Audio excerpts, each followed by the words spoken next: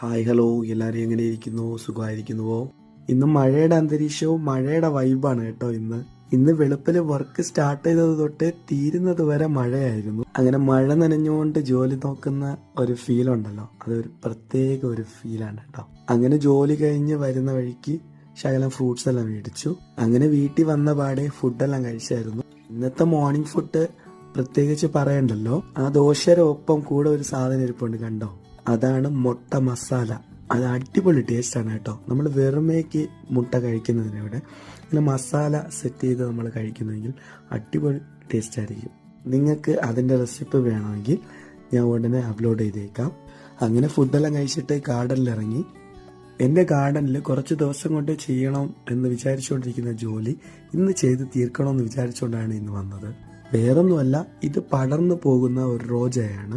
നമ്മൾ കമ്പിലോ വള്ളിയിലോ ഏതെങ്കിലും ഇതിൽ പടർത്തി നമ്മൾ വിടുന്നുവെങ്കിൽ നല്ല പൂവിടുന്ന ഒരു റോജയാണ്.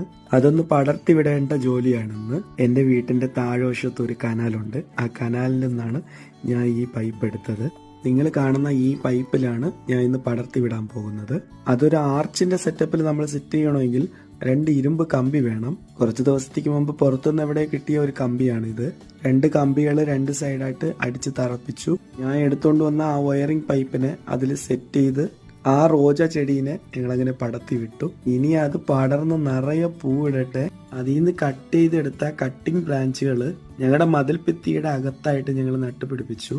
അതും നല്ല തിളിർത്ത് വരട്ടെ. അങ്ങനെ എൻ്റെ ഇന്നത്തെ മോർണിംഗ് വർക്ക് ഇവിടെ വെച്ച് അവസാനിപ്പിച്ചു. ഇനി അടുത്ത ജോലിക്കെല്ലാം ഇറങ്ങേണ്ട സമയമായി വരുന്നുണ്ട്.